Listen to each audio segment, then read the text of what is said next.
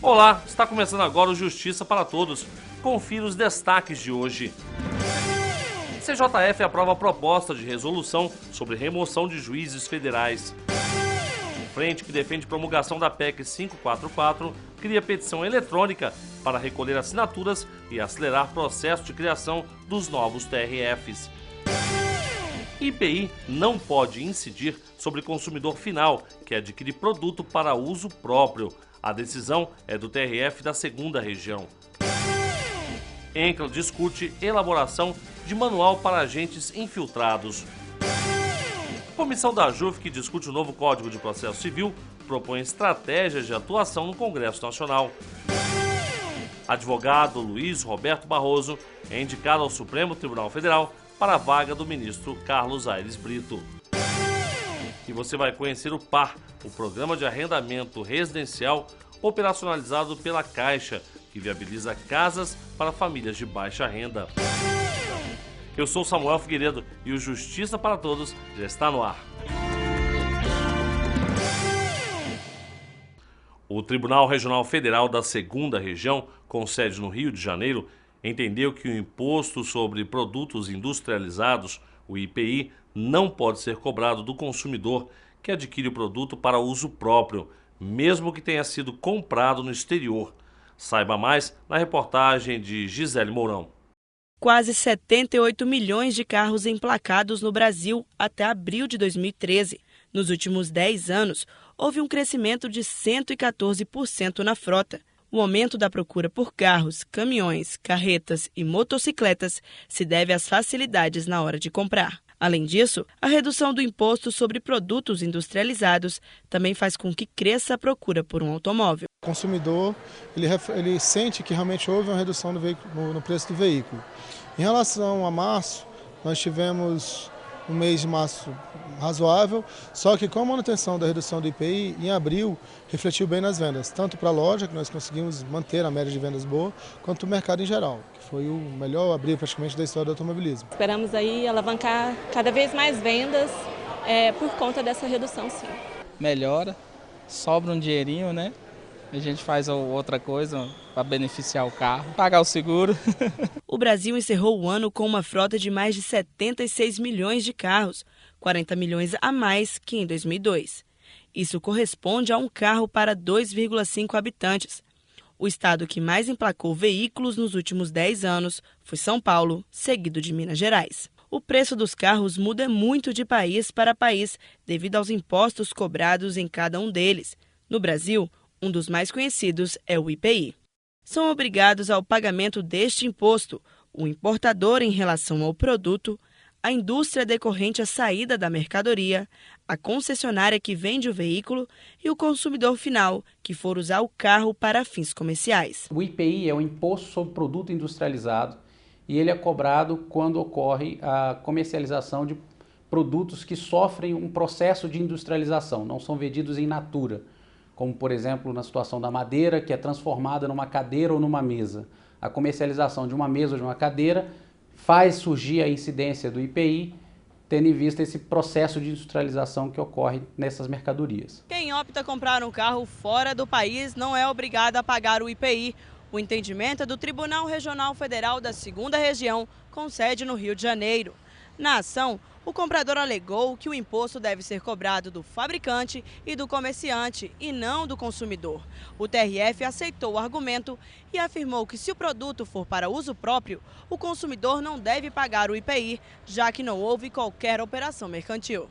Na hipótese do precedente citado, na verdade, o IPI deixou de ser exigido de um consumidor final que importou um carro, porque os tribunais entendem que nessa situação o IPI deve ser dispensado, já que o consumidor final não realiza ato de comércio, essa operação, essa compra não tem o que a gente chama de natureza mercantil e, além disso, por precedente do Supremo Tribunal Federal, já se reconheceu há muito que não se está diante de uma situação que afronta o princípio da não cumulatividade. Em atenção a esse princípio da não cumulatividade, dispensando-se o IPI, há uma diferença significativa se comparado o valor de um carro adquirido numa concessionária, em que vai haver o IPI, porque a concessionária realiza ato de natureza mercantil, quando o consumidor final importa diretamente. Vai variar de acordo com cada carro, porque o IPI tem uma alíquota diferenciada dependendo da potência do carro, das cilindradas do carro, mas vai haver sim uma economia. A preocupação é que existem outras consequências desse ato, se economiza nesse ponto. Existem algumas discussões, inclusive, já na esfera judicial, se esse carro teria o mesmo nível de garantia que as montadoras aqui no Brasil concedem, ou mesmo as importadoras.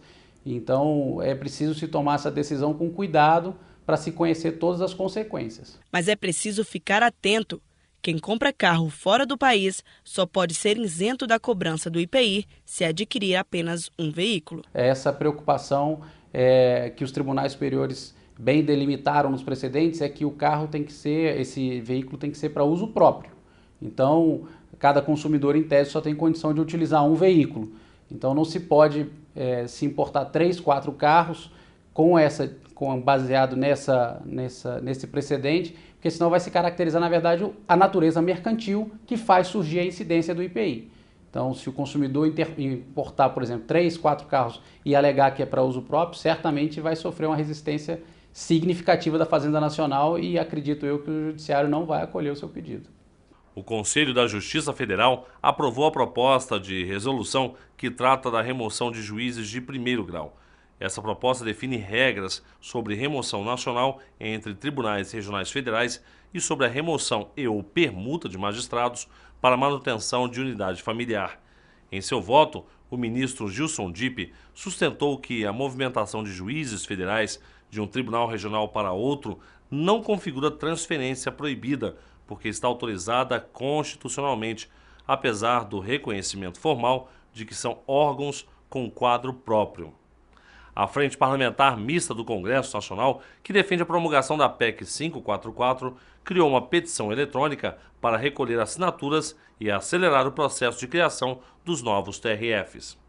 No site avaz.org, os parlamentares que defendem a criação dos 4 novos tribunais regionais federais criaram uma petição eletrônica para recolher assinaturas pedindo a promulgação imediata da PEC 544.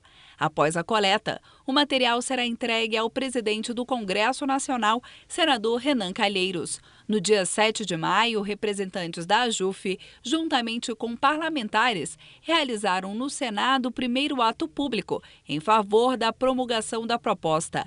A PEC 544 foi aprovada pelo plenário da Câmara dos Deputados no início de abril. Para entrar em vigor, ela precisa ser promulgada pelo senador Renan Calheiros. Em Belo Horizonte, na Assembleia Legislativa, houve um ato público pela criação do Tribunal Regional Federal em Minas Gerais.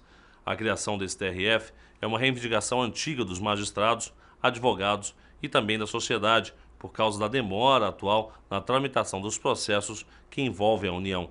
Atualmente, os processos mineiros tramitam no TRF da Primeira Região, com sede em Brasília, que engloba outros 12 estados e o Distrito Federal.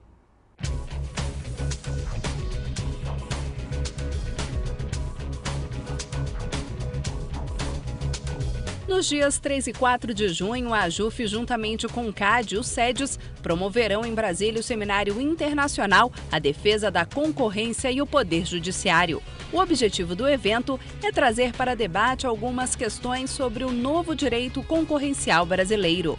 O seminário reunirá palestrantes dos meios acadêmicos, da iniciativa privada e do poder. As inscrições são gratuitas. Estão abertas inscrições para o Seminário de Direito Securitário, que vai ser realizado em São Paulo entre os dias 10 e 11 de junho. No evento, serão debatidos temas essenciais para a análise do projeto de lei de contrato de seguro, hoje em trâmite no Congresso Nacional.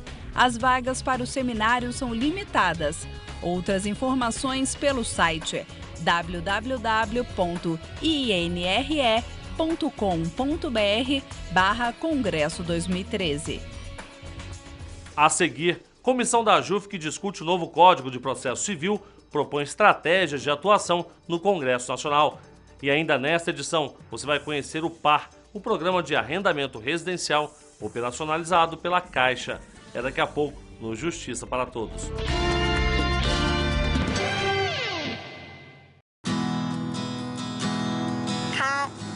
Caixa.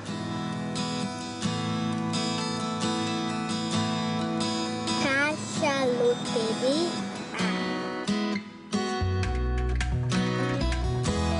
Caixa aqui. Gente, tudo tá lindo! Caixa, o banco das melhores taxas, é também o banco com mais de 60 mil pontos de atendimento em todo o país.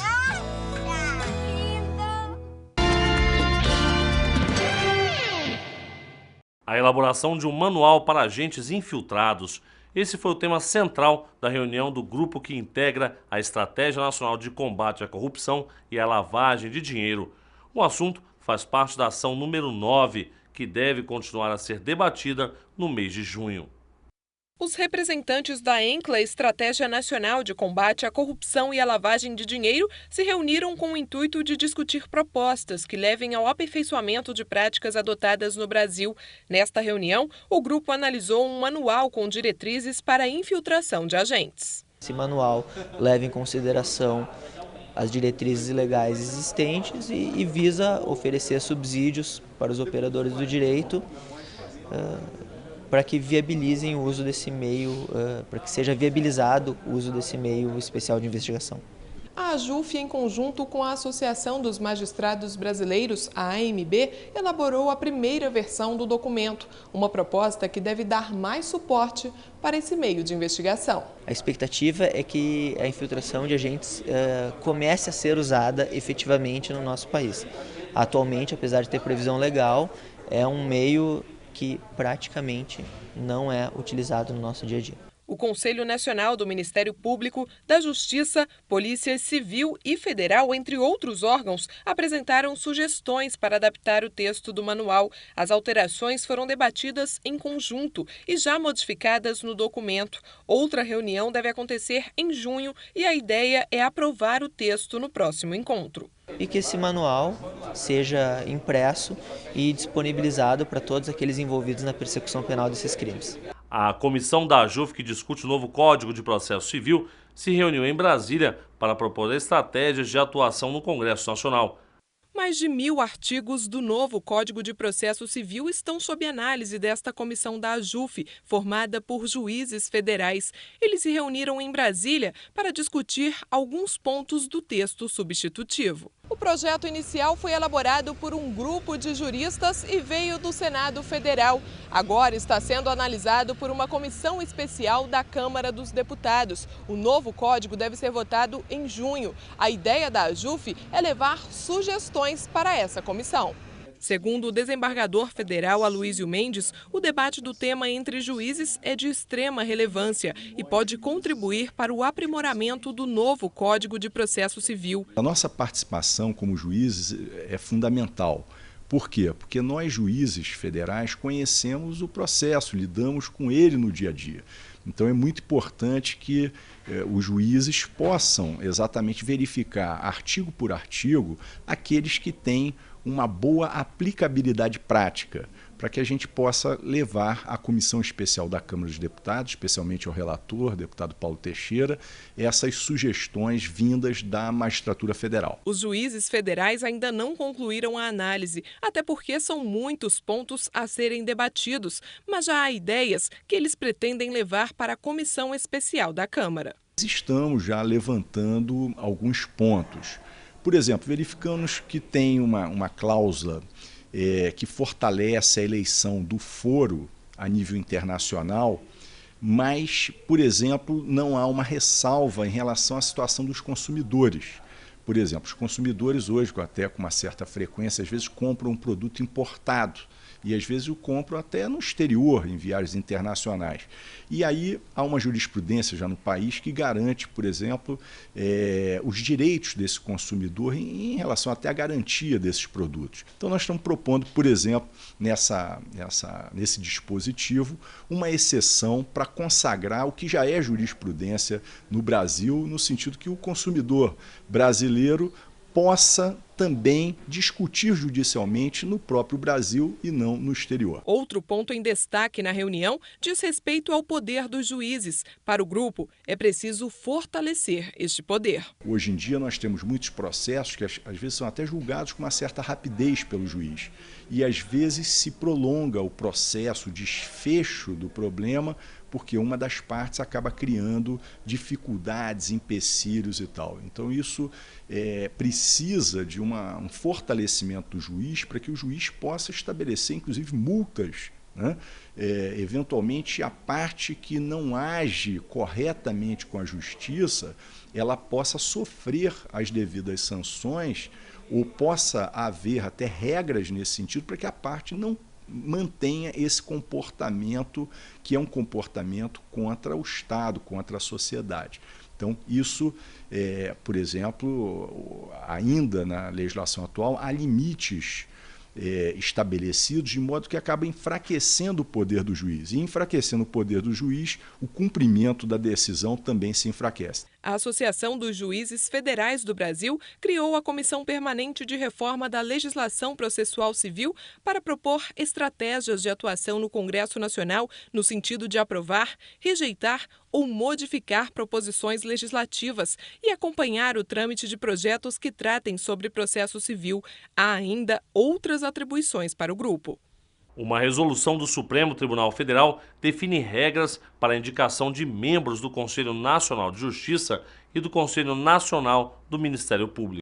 Pela resolução aprovada durante a sessão administrativa do Supremo Tribunal Federal, os ministros decidiram que cabe ao presidente do STF fixar a data para o início do procedimento de identificação de candidatos para as vagas do CNJ e CNMP. Após a definição da data do início de procedimento de seleção, os candidatos terão 10 dias para se inscrever. Os currículos serão avaliados em sessão administrativa do Supremo. Os ministros do STF que não puderem comparecer à sessão poderão votar por carta. A escolha deverá se dar por maioria absoluta. No caso de empate, a decisão será por critérios de idade e antiguidade dos magistrados.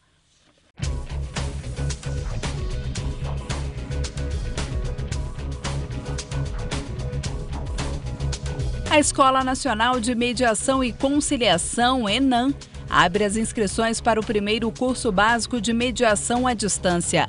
São 2.000 vagas, preferencialmente destinadas aos servidores do Judiciário que já tenham experiência em mediação ou conciliação ou que pretendam atuar nessa área.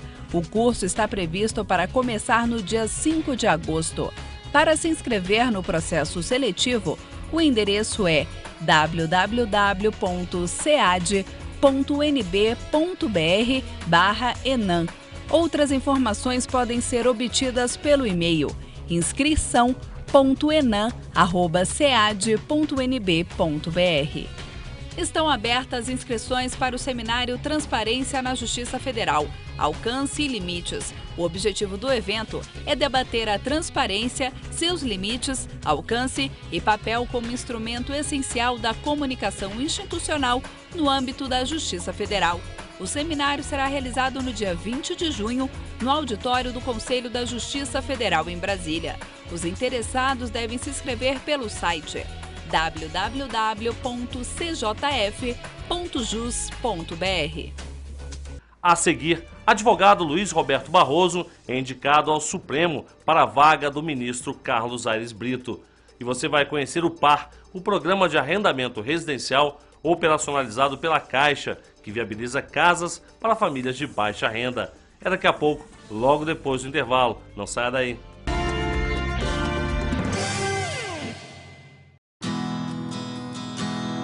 Caixa.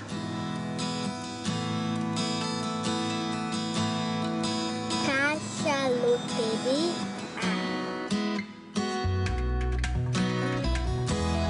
Caixa aqui. Gente, tudo tá lindo! Caixa, o banco das melhores taxas, é também o banco com mais de 60 mil pontos de atendimento em todo o país.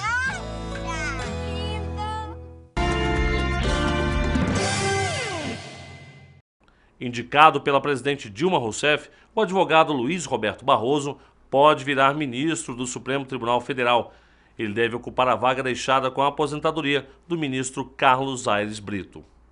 Luiz Roberto Barroso atuou em julgamentos célebres do Supremo Tribunal Federal, como o que legalizou a união estável homoafetiva, o que autorizou o uso de células-tronco para pesquisas e também o que permitiu a interrupção de gravidez em casos de fetos anencéfalos. Natural da cidade de Vassouras, no Rio de Janeiro, o constitucionalista é professor na Universidade do Estado do Rio de Janeiro. Para integrar o quadro de ministros do Supremo Tribunal Federal, Luiz Roberto Barroso passará por sabatina no dia 5 de junho no Senado e precisa ainda ter o nome aprovado pelo plenário da Casa. A indicação de Barroso se deve à aposentadoria do ministro do STF, Carlos Aires Brito. A Caixa Econômica Federal operacionaliza o PAR, o Programa de Arrendamento Residencial do Ministério das Cidades. Um dos objetivos do PAR é viabilizar imóveis para famílias com renda de até 6 salários mínimos. Saiba mais na reportagem de Thaís Ceruti. O PAR foi idealizado para reduzir o déficit habitacional em municípios com mais de 100 mil habitantes. Pensando em agilizar o programa, a Caixa Econômica Federal abre discussão sobre o assunto com os governos desses municípios. E se for de interesse das prefeituras eleitas, firma-se um convênio entre as partes. Como ele funciona, né? Na verdade, o Fundo de Arrendamento Residencial, por meio da Caixa, representado pela Caixa, adquire um terreno, contrata uma construtora para fazer a empreitada, para construir o empreendimento. O empreendimento, então, será de propriedade do fundo. E aí o fundo, então, faz os contratos de arrendamento com os beneficiários, né? Beneficiários que atendam às condições previstas em lei, em especial a faixa de renda. Ele tem que ter uma renda de até 6 salários mínimos, renda mensal de até 6 salários mínimos. E aí esses beneficiários vêm à Caixa e celebram os contratos de arrendamento. A Secretaria Especial de Desenvolvimento Urbano da Presidência da República é parceira da Caixa na identificação dos locais e na seleção das famílias que serão beneficiadas. Lembrando que só é permitido entrar no programa pessoas físicas e que se encaixem na renda exigida. Os contratos de arrendamento eles são feitos pelo prazo de 15 anos. É muito similar a um leasing, a um arrendamento mercantil mesmo. Então, o arrendatário ele paga a taxa de arrendamento mensalmente ao longo do contrato e, ao final do contrato, ele pode fazer a opção de compra pelo saldo residual. Hoje, a lei já permite a aquisição antecipada. Então, hoje, o beneficiário, após 5 anos do contrato de arrendamento, ele já pode fazer a opção de compra, pagando o que houver ainda de saldo a pagar, né? Para alcançar todos os objetivos do programa, a Caixa vem tentando discutir com o Judiciário as questões das amarras que a lei impõe. Infelizmente, hoje, a Caixa não tem liberdade para implementar uma política de acordos como deveria ser ou como poderia ser. Porque as normas que regem o PAR, normas legais e infralegais, regulamentação do Ministério das Cidades, elas trazem algumas amarras e realmente a gente tem que observar toda a regulamentação. Mas, assim, é um problema que se coloca, né? A Caixa tem conhecimento do problema, tem consciência de que a gente precisa avançar. E o Ministério das Cidades também já está sabendo do cenário, né? E a gente tem uma expectativa de que em breve possa haver alguma alteração dessa regulamentação para que então a gente comece com um pouco mais de espaço a avançar nessas políticas de negociação, não para aqueles arrendatários que simplesmente deixaram de honrar com as suas obrigações como um descompromisso realmente com o programa social, mas voltado para aqueles arrendatários que a gente percebe que têm o interesse de regularizar a sua situação e que realmente só se tornou inadimplente por alguma característica peculiar, externa, alheia à sua vontade. Você pode também assistir o Justiça para Todos na página da AJUF na internet ou no canal da associação no YouTube. O endereço é www.youtube.com/tvajuf. E o Justiça para Todos de hoje termina aqui. Obrigado pela sua companhia e até o nosso próximo encontro.